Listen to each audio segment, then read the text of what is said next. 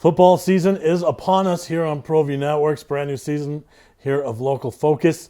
So glad to have you with me as we embark on the football season. A team that I will be watching very closely, and I'm sure a lot of people will be watching very closely, are the St. Pius, the 10th Sartans.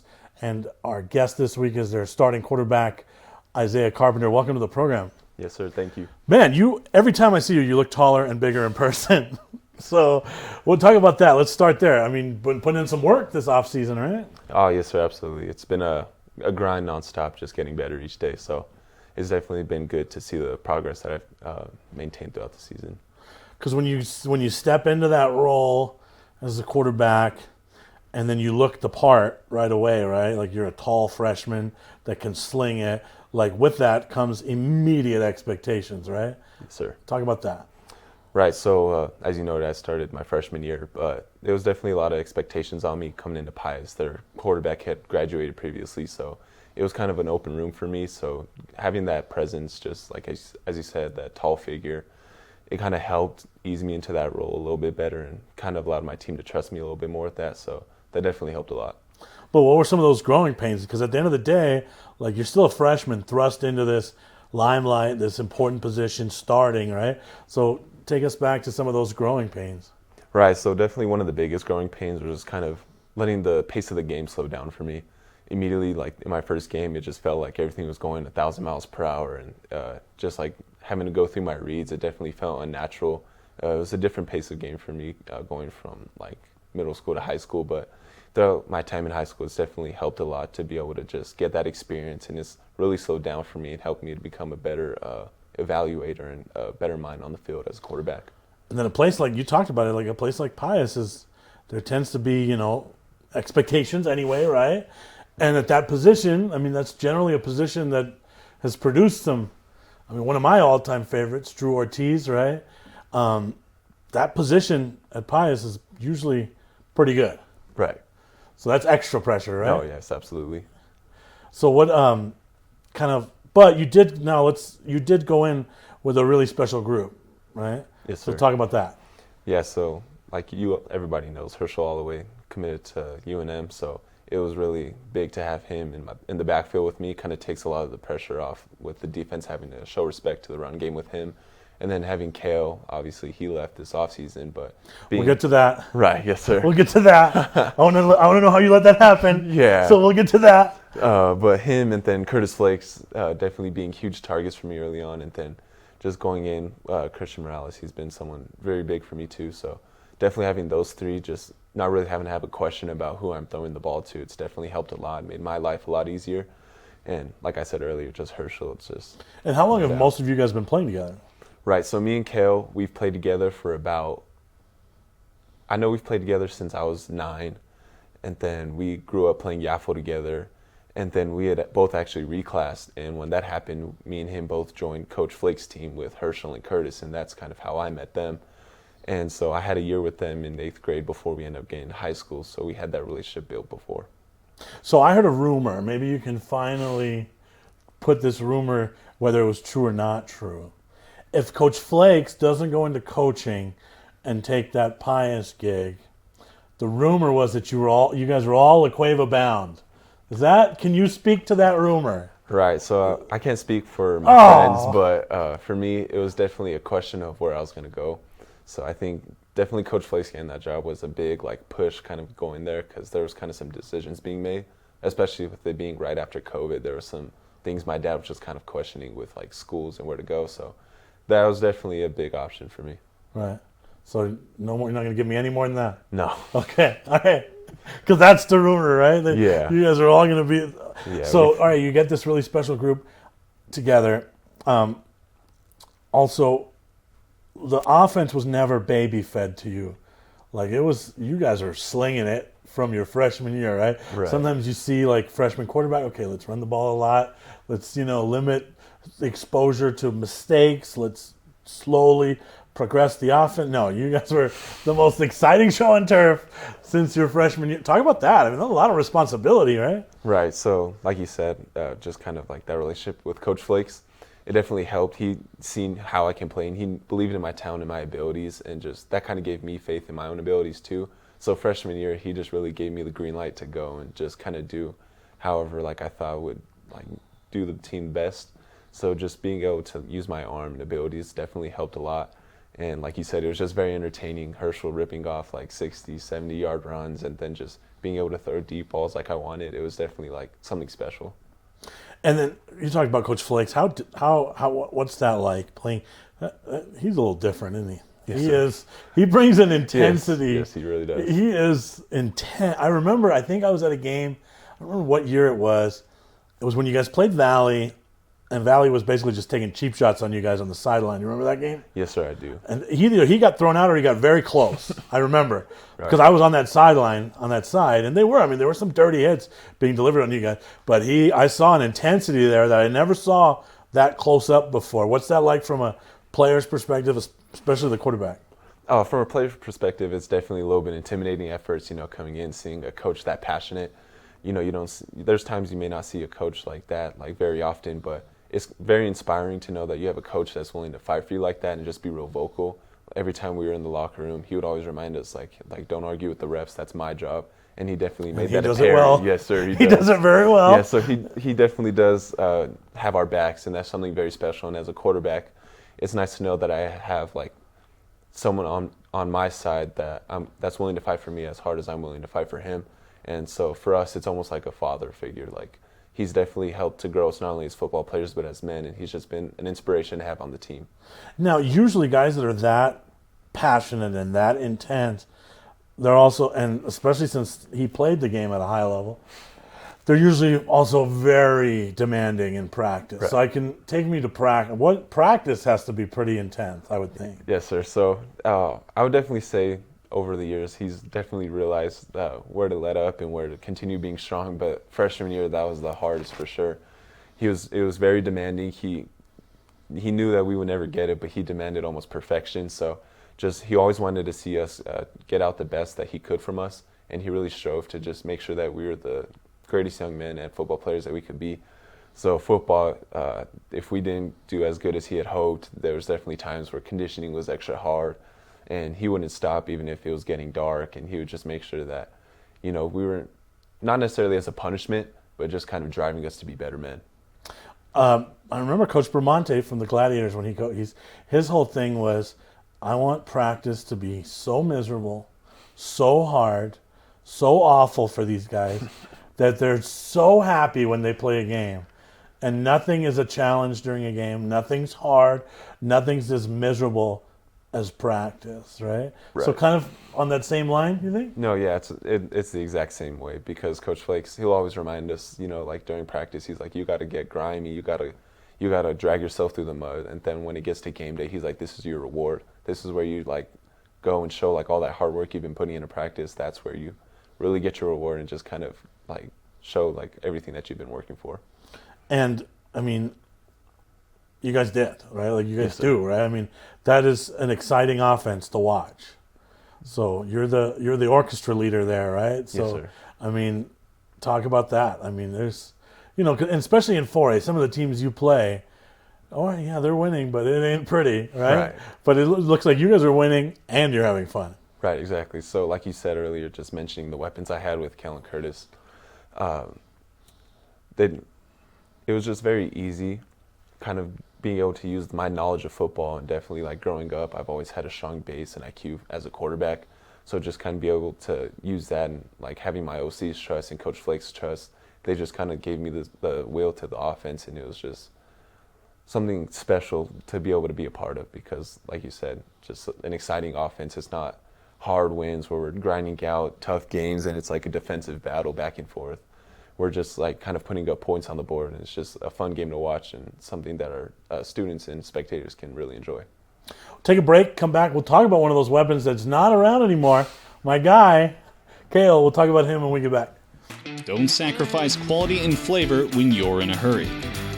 Golden Pride offers ribs, fried chicken, red and green chili breakfast burritos, and frontier sweet rolls. 4 great locations, or visit us online at goldenprideabq.com. Golden Pride Barbecue Chicken and Ribs are proud supporters of ProView Sports. Well, I'm going to the frontier, walk up to the cashier, order up a root beer and a number one. Cover it with green stuff, one scoop is not enough. Find a booth is real tough, back by the Duke. Meet my family, meet my friends in the quirkiest restaurant I have ever been. All of Albuquerque's favorite spot, it's the Frontier Restaurant. The Frontier Restaurant is a proud supporter of. Back with Pius quarterback Isaiah Carpenter, we were talking before the break about just the fun, the rhythm of the offense. Do want to get into if you people that haven't heard, like your number one target's elsewhere, right? Yes, so sir. just talk. I mean, I remember the first time I ever watched Cale play, I could not take my eyes off him off the field. I was actually like broadcasting, and instead of broadcasting, I'm watching him run his routes. And just and I'd worked with a broadcaster that year who played in the NFL, right, and got drafted, and he was kind of like, man, yeah, this kid runs some smooth routes. He's got good receiver habits, blah, blah, blah. And so I was just kind of mesmerized, just kind of with his skill set, and got a little distracted there, right? Like, we're not watching the whole thing. We're watching him run his routes. How special of a weapon was he, and how will it be to replace him?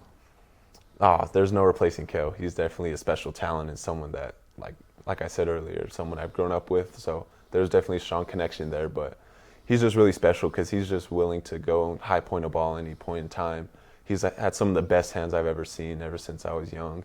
And just the rhythm that he plays, using his own body in his own way. He runs some smooth routes. He just finds his spaces. And one of the biggest things that I've seen, especially growing through my high school career, was just kind of the more I would roll out and kind of put through pressure positions, and looking back in film and stuff, it was just kind of funny to me that the guy I would always end up throwing the ball to was Cale.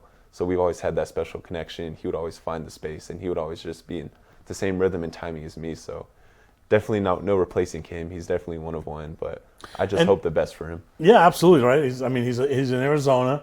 Right, I did see some social media. He was back in town, right? You guys were throwing to him a little bit. Yes, sir. So he's been coming into town every other weekend or so. So he's definitely been in town. That's what you just feed him his favorite New Mexico foods while he's here. Yeah. Just try to get But anyway, obviously, he's playing for a really good powerhouse team there in Arizona. That's going to be hard to replace. Yeah. The weapons you do have, though, are still very, very good. But I do want to just last closing point on Cale. When that had to, you guys have been playing together for so long. That had to be pretty emotional a moment for you guys. You guys are kind of a brotherhood, right? Right. So when did you kind of did he let you in early in his decision right away? Did he drop it like a bomb, just like, hey, I'm leaving, out later? How did that go? If you don't mind me being inside that. So from our perspective, he had, of course, talked to his family about it, and then his girlfriend had known. But besides us, he kind of kept it a little bit of a secret. And then by the time he did tell us, it was probably 2 weeks before he had left, and he just told us, hey, I'm going to leave. There wasn't really a debate about it. He was for sure going to leave. So it was a little bit more soft to come that way, to be able to be prepared and not just dropping the bomb on us, like you said.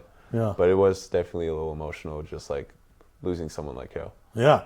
So then you guys now, turn the page. It's your senior year. You got a championship to win, right? Right. So, talk about that. No, yeah. The championship's definitely been slipping through our fingers for the past 2 years, and it's definitely the biggest goal for us right now.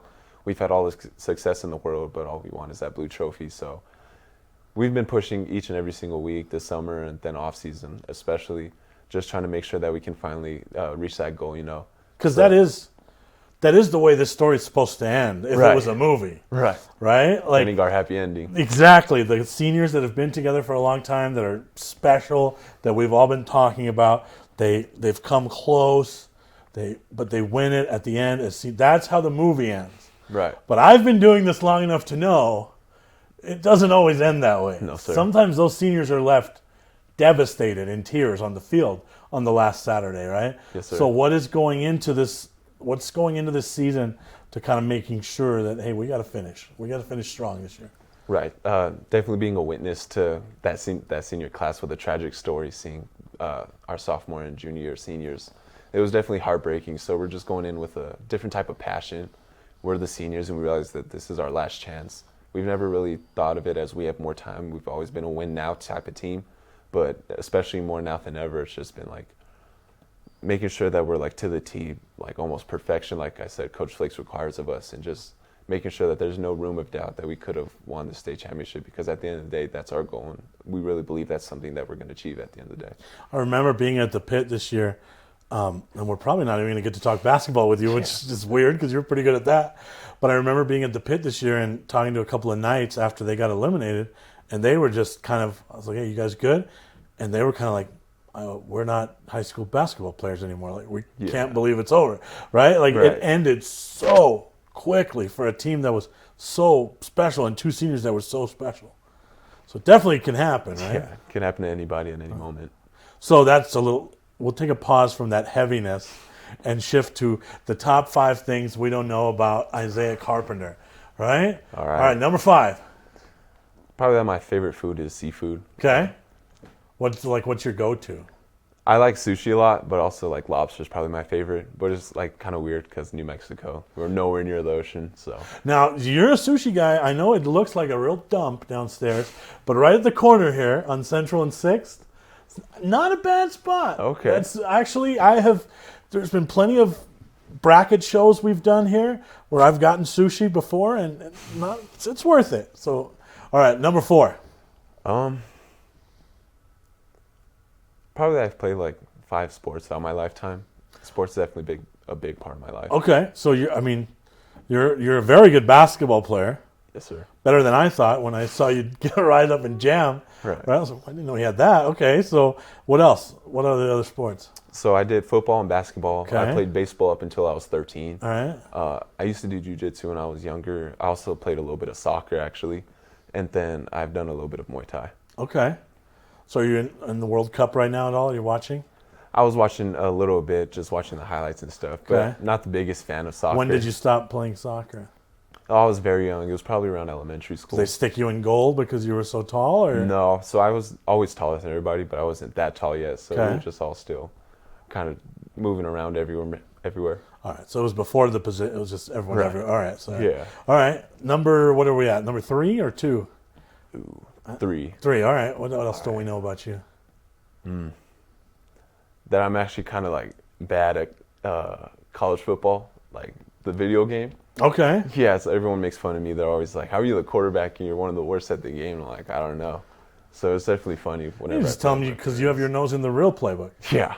Yeah, you don't have time for that. Right. All right. Let's just see. That's easy out there, right? Yeah. So you receivers are playing video games. I'm studying the real playbook. Yes, sir. That's your out right there. All right. Where are we at? Number 2? Yeah. This is pretty hard. I like to collect colognes. Okay. Yeah, I'm a big cologne guy. What's your go-to right now? That's a secret. What? Yeah, I gotta keep that hidden. Come on. One of my favorite is a Parfums de Marly. It's a niche house. It's a niche house of cologne, but it's one of my favorites. I like Sedley. Okay. That's what it's called. All right.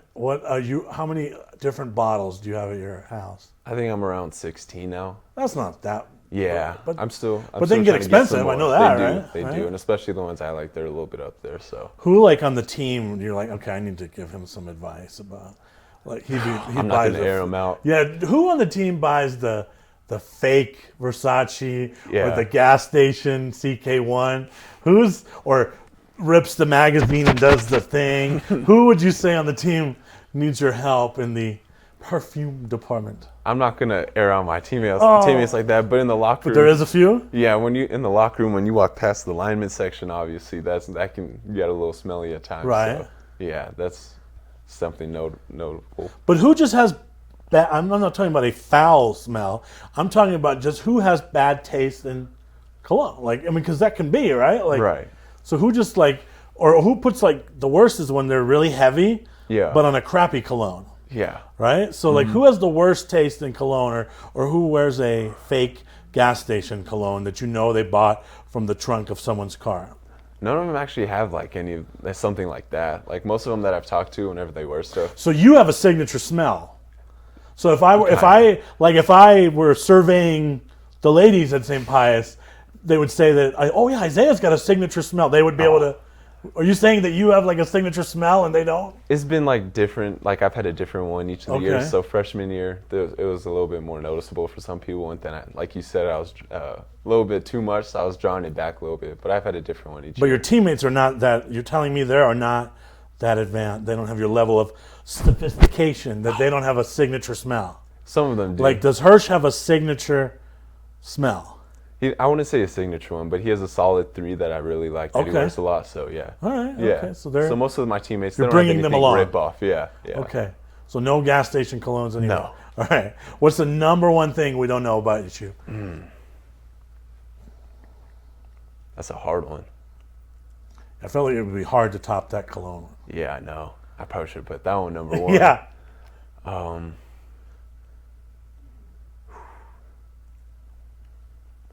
That one's really hard. Do you know Owen Spalding? No. He was he's actually one of my great uncles. He was in the New Mexico Hall of Fame. He was actually revered as one of the greatest athletes to come out of New Mexico.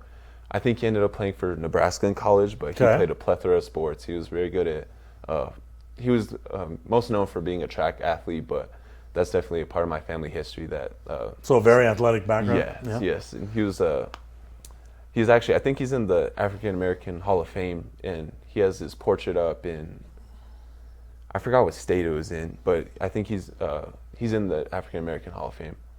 Well, since you opened that door, like you do come from a pretty athletic family. Right. Right? Right. So talk about that a little bit.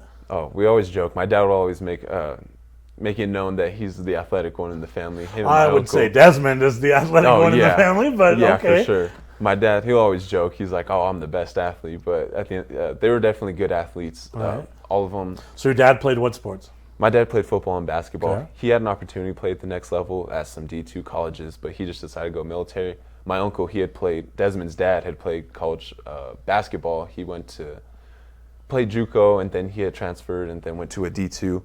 But Desmond also, he was just... Your like cousin, you said, right? Yes, sir. So Desmond had a very nice career at New Mexico Highlands, right? Yes, sir, he did. That was actually Highland's first RMAC championship, so you could probably say that he's the most achieved in the family right now. But I've also had Dez's 2 sisters, both of them. The older sister had played college basketball, and then the younger sister had gotten offers to play college volleyball, but opted not to.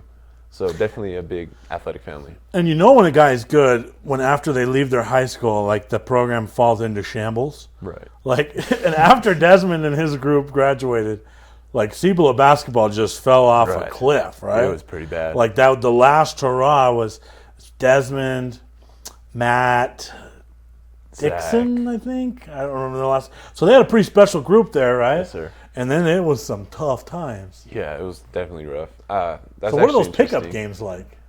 Oh, they're fun. This past summer, actually, not this summer, but the previous one, my church had held like a little competition basically for money. And me, Dez kind of teamed up, and it was just kind of fun being able to play with him on the court because watching all of his high school games when I was younger, it was fun, but it was just like I never got to play with him. But being on the same court as him was definitely something fun. So who would win those one-on-ones? Oh, he would win for sure. He's So he can stroke, right? Yeah, from the he's outside. the best hooper. But I think if it was teams, because I saw the damage you were putting on some of those poor kids in the Hope tournament, Yeah, right. right? Like I feel like you would be taking him to the rim, and Desmond would be shooting from the outside. Yeah, that but would you'd be be the story. bodying him up, right? Yeah. yeah. So very, very super athletic family. All right, give me a little preview, man. I don't know. We have a little bit of time left. What's the preview on 4A this year? I was looking at some polls. I think the poll I was looking at had you guys at 2, right? Right. So what's the 4A? Who are you running through this year? What are the usuals, or what? Give me a little preview. Right. So obviously Bloomfield, they're always going to be at the top. Losing them the past 2 years was rough. But Lovington coming back down from 5A to 4A, that's going to be a tough challenge. Plus, they get Hobbs' best player as a Right. transfer. Right. I had seen that. I was keeping up with some of the transfer news, and that was just something interesting. It was kind of hard to look at. But then I know Academy's always been a challenge. Not the greatest, but also like a tough team to play as rivals. They always bring their hardest game against us, and them being our only loss last year, that's definitely a team like to look out for. But there's also some interesting teams coming down, like Belen going from 5A to 4A. I'm pretty sure Valley did, if I'm correct. They came back down to 4A. So just there's a lot more competition this year, and it's interesting to see, especially with the new districts. Touch on the rivalry briefly with Academy. Right? First of all, that was a crazy game. Right. I think I did that game. And, yeah, that was something else. But tell me about that rivalry a little bit. Right. So like you said, that was a crazy game. I think it was a shootout, 50 points on both sides. Coming into Pius, it was definitely like kind of an unknown, like kind of how a rivalry would work.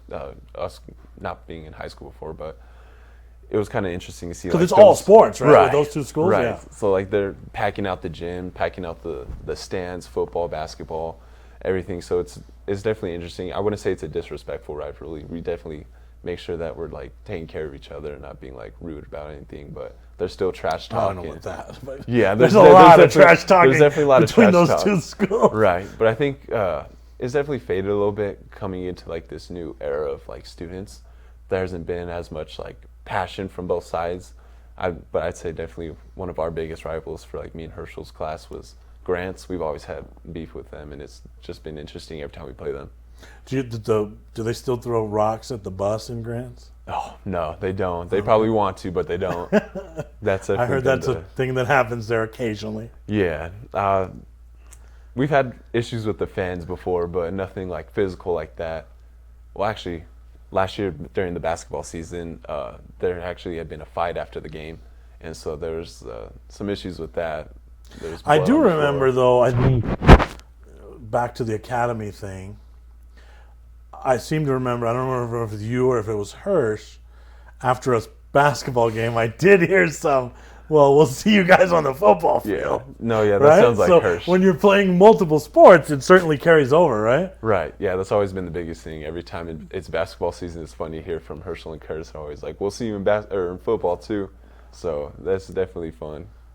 Yeah. I guess we'll touch basketball a little bit, right? So new coach and everything. Mm-hmm. Are you still going to be playing your senior year? That's just definitely been something I've been talking with my parents about. It's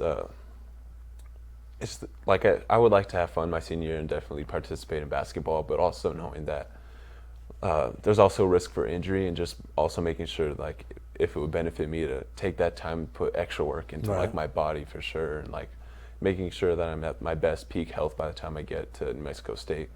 So I would say it's an unknown for now.